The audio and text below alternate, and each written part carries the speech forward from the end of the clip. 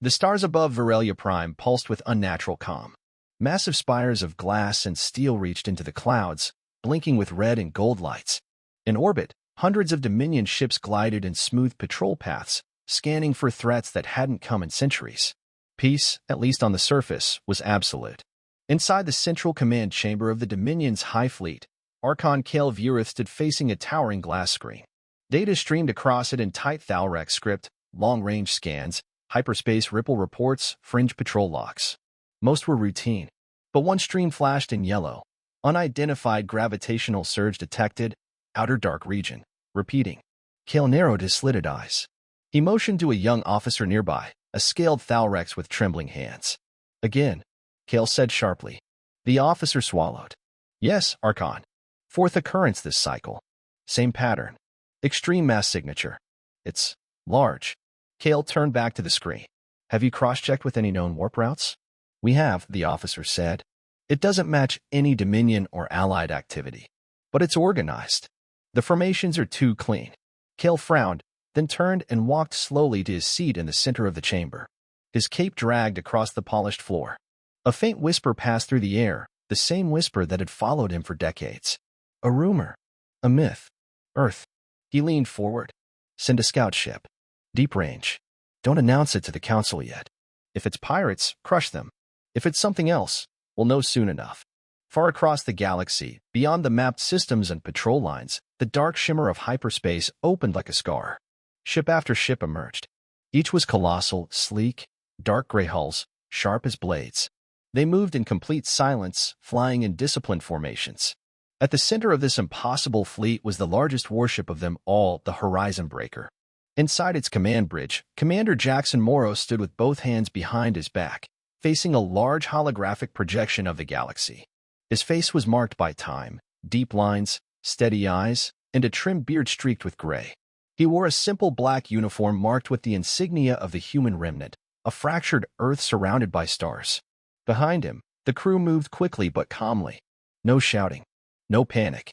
They had trained for this moment their entire lives. Status report, Jackson said quietly.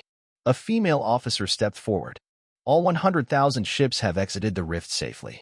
No losses. Stealth systems are active.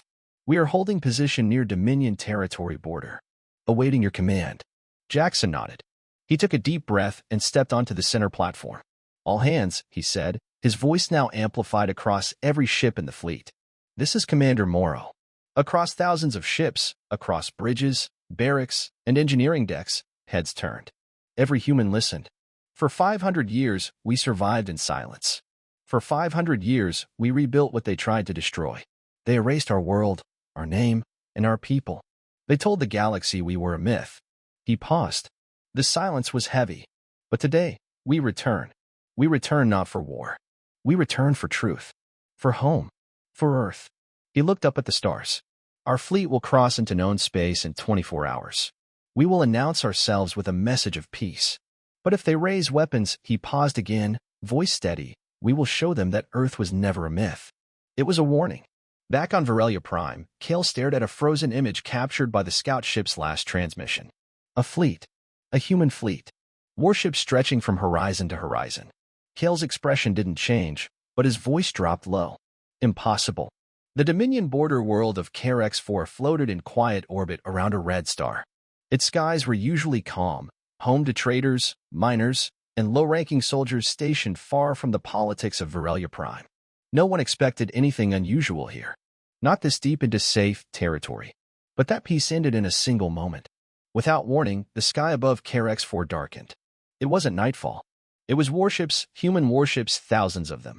Massive vessels, shaped like daggers and titans of old, poured from the fabric of space. They didn't make sound in the vacuum, but their sudden presence screamed through every scanner, satellite, and open comm line. Carex control towers blared emergency alerts. Unidentified fleet entering orbit. No response to hails. Formation unknown. They're everywhere. Panic took hold. The Dominion had not seen an invasion in generations. Not since the Silence, the ancient war that erased Earth. Now, the sky was filled with black ships that bore the mark of a world they said never existed. High above the planet, aboard the Horizon Breaker, Commander Jackson Morrow stood with arms crossed. watching the planet below through a large viewing panel. His expression was calm, unreadable. Beside him, Communications Officer Yara Holland waited for his signal. Jackson nodded. Send the transmission. Yara tapped the console. A pre-recorded message, short and clear, beamed to every channel open on KRX-4 and beyond. We are the descendants of Earth. We come in peace. We seek no war. But we will not be ignored. Earth was real. Earth is real. And we are its voice. The message played again and again. Across Dominion relays, media stations, and military comms, the signal spread like wildfire. On Varelia Prime, the Dominion Council exploded in chaos. Archon Kale Vurith stood before the High Assembly, his hands gripping the edges of the long stone table. Human vessels have breached our borders, he said coldly. Not one or two. Tens of thousands. They have Karex surrounded. One of the counselors, a pale, horned alien from the Voxari sector, leaned forward. You said Earth was destroyed. It was, Kale snapped. We erased their fleets. Burned their cities. The humans were scattered. Then explain this, the Voxari replied, tapping the screen as images of the human fleet flickered in holographic form. A silence filled the chamber. Then came the questions. Could they have rebuilt in secret? Where have they been hiding? Are they here for vengeance? Kale straightened. This is no time for debate. I am activating Defense Protocol 9. We will send a fleet. We will push them back into the void. But they have made no attack, said another voice, soft, uncertain. They invaded our skies, Kale said firmly. That is all the reason I need. At the KRX-4 Defense Command, a small Thalrex patrol fleet scrambled into orbit. They were not built to fight this scale of enemy, but orders were orders. Engage the enemy. No mercy. The patrol ships surged forward toward the human blockade. On board the Horizon Breaker, Jackson watched the dots on the screen begin to move. They're coming, Yara said. Only a handful, Jackson noted. Hold fire. The Dominion ships opened fire first, plasma bolts arcing toward the human fleet. Still, Jackson held his order. When the blasts drew near, human point defense systems activated in perfect sync. Every beam was intercepted, every strike blocked. Jackson waited one more second. Disable only. Fire. Thousands of human ships lit up instantly. Blue-white pulses surged across space, striking Dominion vessels with precision. No explosions. No deaths. Just silence, as each enemy ship was neatly disabled, powered down and drifting. It was over in minutes. Galactic news streams erupted. Unknown fleet defeats Dominion patrol without loss. Message claims origin from Earth. Is humanity back? Alien species across the galaxy watched with unease, curiosity, and fear. Many had believed the story of Earth was just propaganda, used by the Dominion to justify expansion long ago. But now, they saw what the Dominion had hoped was buried. The children of Earth had survived, and they were no longer broken. On Varelia Prime, Kale watched the battle footage in silence. Your orders, Archon? An aide asked. Kale's face twisted with cold fury. They want to prove they're real? Fine. I will bury them again. Aboard a ship, Jackson stood with his crew. He turned away from the screen and walked to the front of the bridge. His voice was quiet, but strong. They fired first. We showed restraint. That was our warning. He looked at the stars ahead. Next time, we answer with fire. The galaxy was no longer silent. The message from Commander Jackson Morrow had echoed across 1,000 systems. We are the descendants of Earth, he said. It was a simple sentence, but one that shattered centuries of belief. Across planets and space stations, people stared at screens. They listened again and again, trying to understand if what they had heard could be real. Earth was not supposed to exist. Humanity was not supposed to return. But now, a fleet of 100,000 warships had proven both true in a single day. In the core of Dominion territory, the High Assembly was on edge. A storm of voices filled the Great Council chamber. Alien leaders from across the Dominion shouted over one another. Some demanded war. Others hesitated. Archon Kale Vurith stood in silence, his hands behind his back. His golden armor gleamed beneath the tall glass dome, but his expression was cold, unreadable. They have attacked no worlds, one counselor argued. They disabled our patrol, but did not kill. This is not an invasion. They crossed our borders, another barked. That is an attack. Kale raised a hand, and silence slowly fell. We told the galaxy Earth was a myth. A warning. A lie meant to keep people in line, Kale said. Now they return, not with proof, but with an army. He stepped forward. Do you think they want peace? Look at them. They waited 500 years to strike. They're here to burn what we built. A counselor from the neutral Tayland sector leaned in. Then let them speak. Let them tell their story. If they are lying, we will know. Kale's eyes narrowed. I do not need a story. I see a threat. In orbit above the abandoned mining moon of Jundar, the human fleet hovered in silence. It was a temporary base of operations, far from crowded space. Inside the horizon breaker, Commander Jackson Morrow stood before a projection of himself, a camera beam recording every word. Behind him, a holographic backdrop displayed Earth as it once was, blue oceans, green lands, white clouds. Not a myth. A memory. Jackson began to speak. To the galaxy. You were told Earth was a ghost, that our people vanished, that we never existed. The Dominion lied. 500 years ago, the Thalrex Dominion destroyed our home. They erased us from records, from maps, from history. The survivors fled. We lived in darkness, hiding, rebuilding, surviving. And now, we return. Not for conquest. Not for blood. We return to be seen, to be heard. We return to show that truth does not die. He paused and stepped aside. The projection changed. It showed video footage from centuries ago, images of Earth's final days. Explosions in orbit. Dominion ships firing on cities. Refugees fleeing through space. Children crying in shelters. The last desperate broadcast from Earth's surface, calling for help that never came. Then came scenes of hidden colonies, underground habitats, harsh ice planets, barren moons. Humans planting crops with machines, building cities from wreckage, teaching children about a home they had never seen. The video ended with the present, the human fleet rising from deep space, flying as one. You believed we were gone, Jackson's voice continued. But we were never gone. We were waiting, watching. And now, we ask, will you face the truth or fear it? The broadcast was sent to every major world in the Dominion. It was sent to neutral planets, trade hubs, and even black market stations. It could not be blocked or silenced. The reactions were immediate. On some planets, people wept. They had grown up hearing stories of Earth, banned stories, whispered in secret. To see those stories now proven true was like waking from a lie. On others, leaders panicked. If the Dominion lied about Earth, what else had they lied about? And in many corners of the galaxy, a quiet hope stirred. Because if humanity could survive destruction, maybe others could too. On Varelia Prime, Kale watched the broadcast in silence. He said nothing. His eyes locked on Jackson's face as it flickered across the screen. His hand tightened into a fist. Back on the horizon breaker, Jackson stood alone in his quarters. The lights were dim.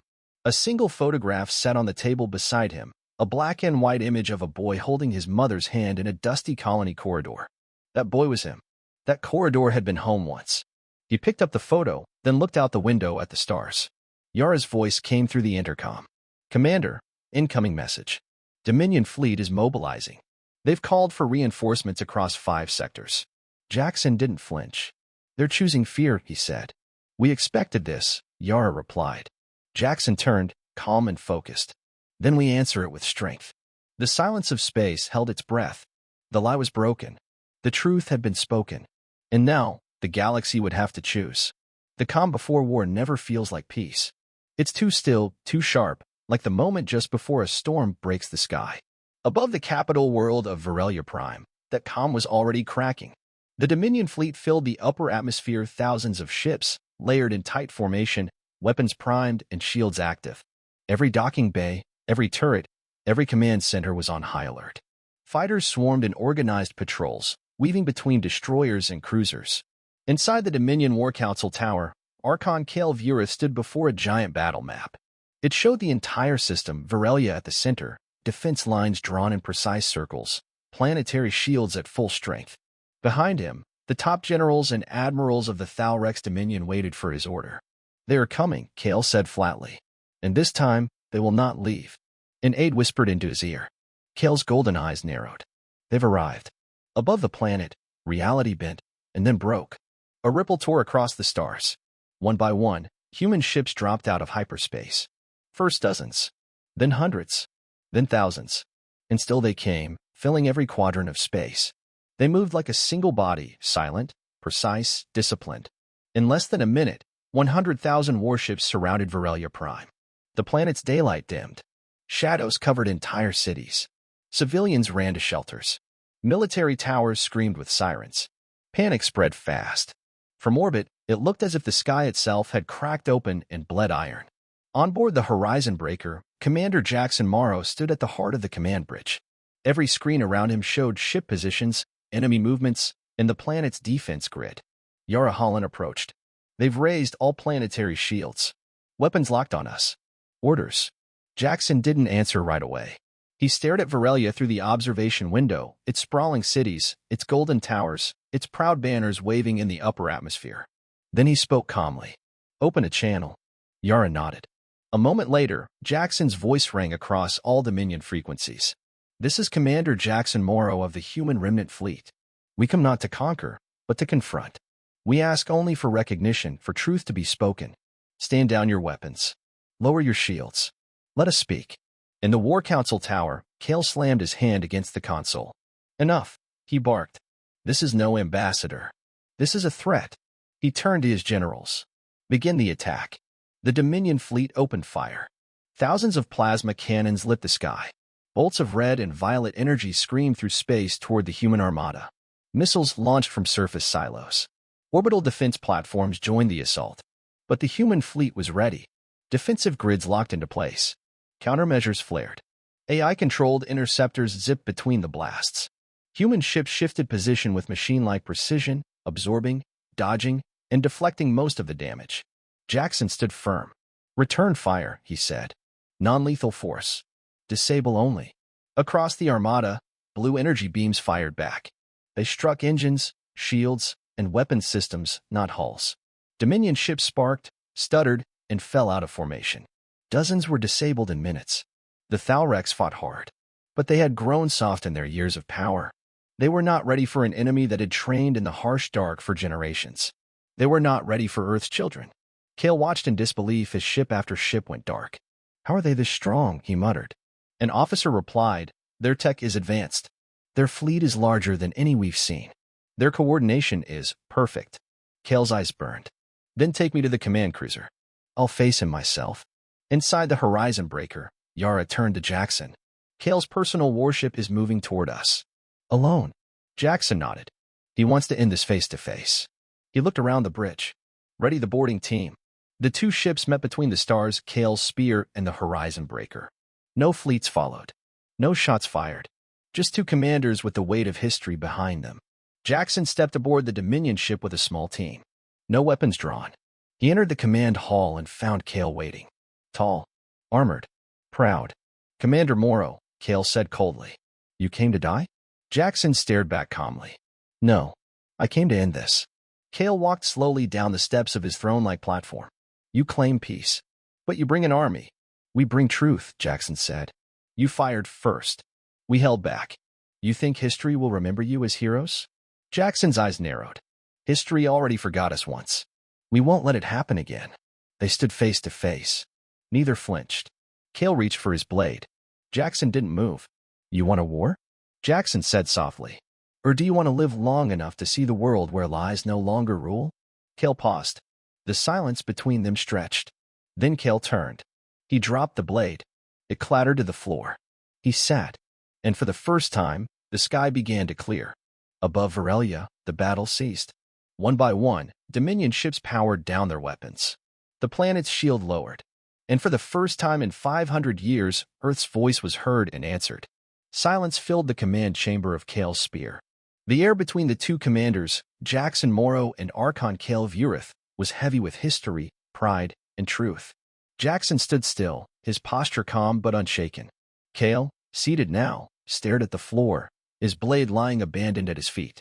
His golden armor, once gleaming with power, seemed dull under the cold lighting of the warship. For the first time in his life, Kale was not in control. The Dominion had taught him that humanity was gone, that Earth was destroyed, its people erased. He had believed it. He had built his power on it. Now that lie sat broken in front of him, humanity, not just alive, but stronger than ever.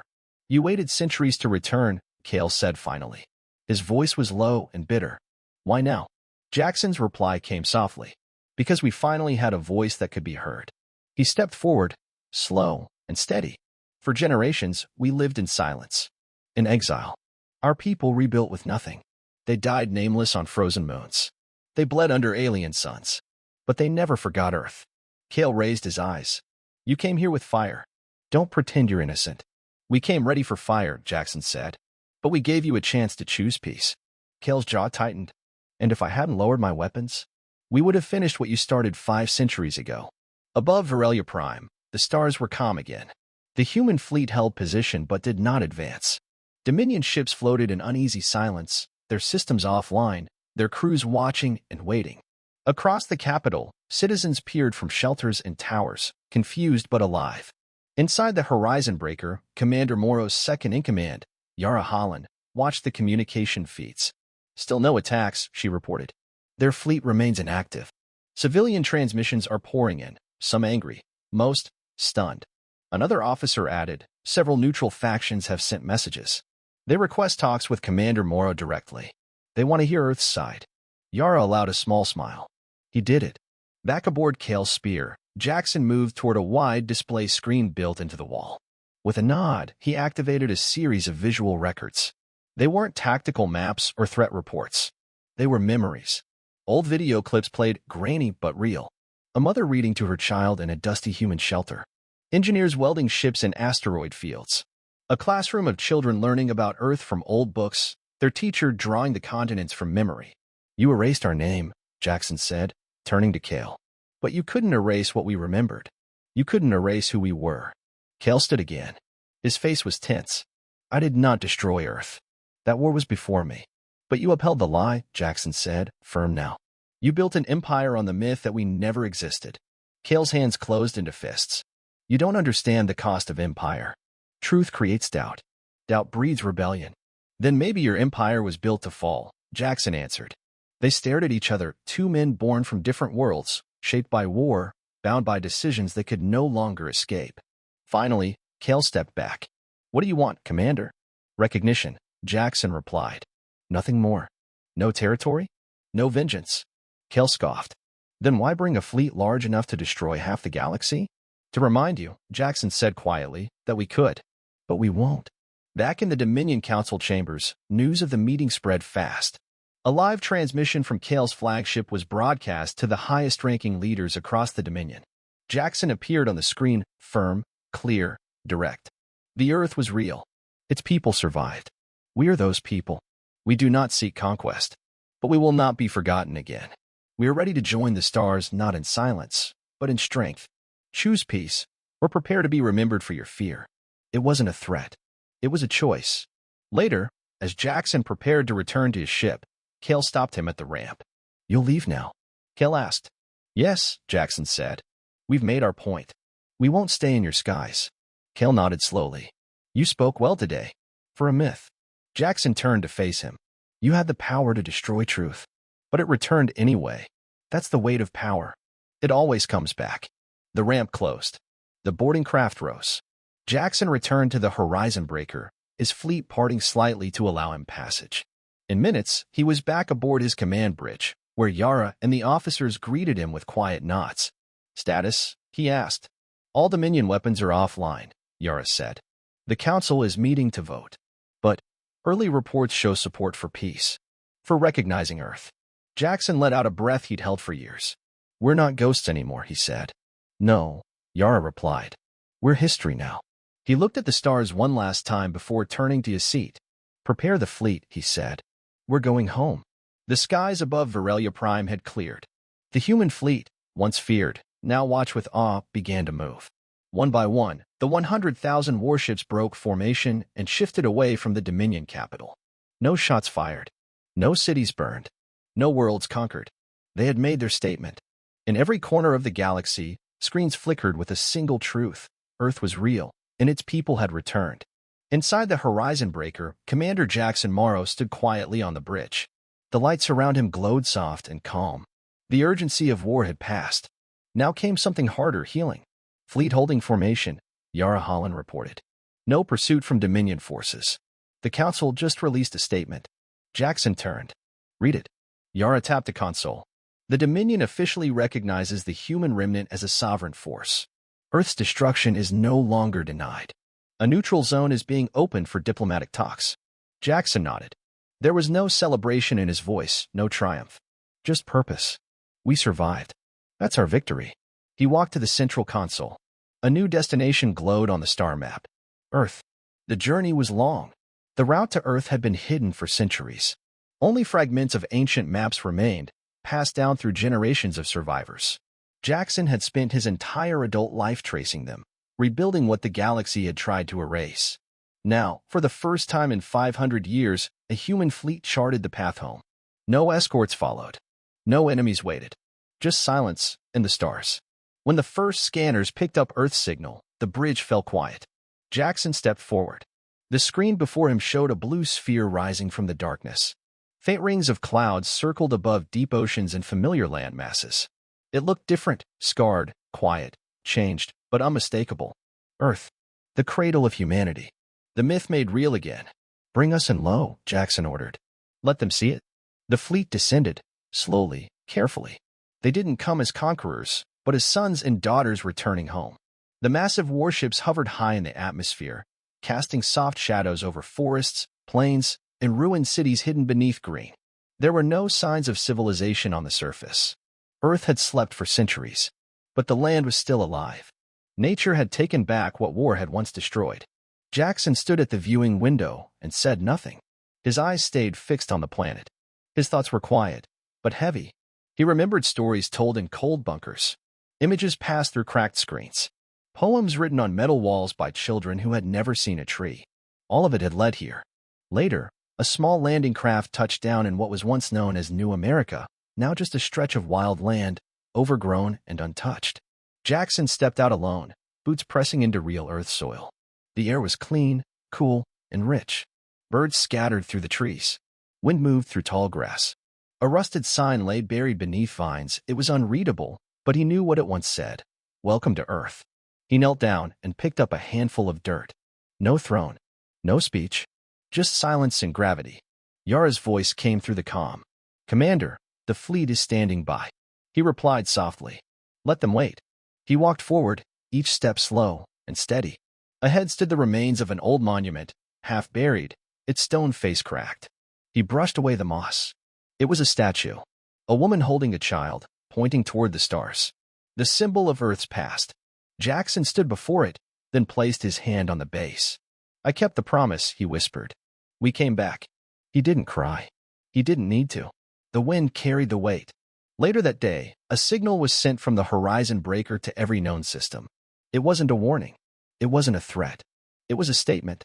To all species of the galaxy. "This is Commander Jackson Morrow. The people of Earth have returned to their world. We come not to rule, but to remember. Our story was silenced, but not ended. Our flame was dimmed, but not lost. Earth stands once more.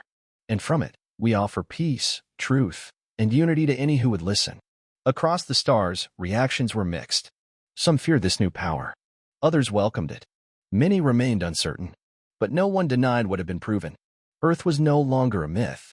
It was history reclaimed. On Earth, Jackson stood on a hill overlooking the ruins of an old city. The sun was setting behind him, painting the sky in soft gold. Around him, teams had begun setting up new habitats.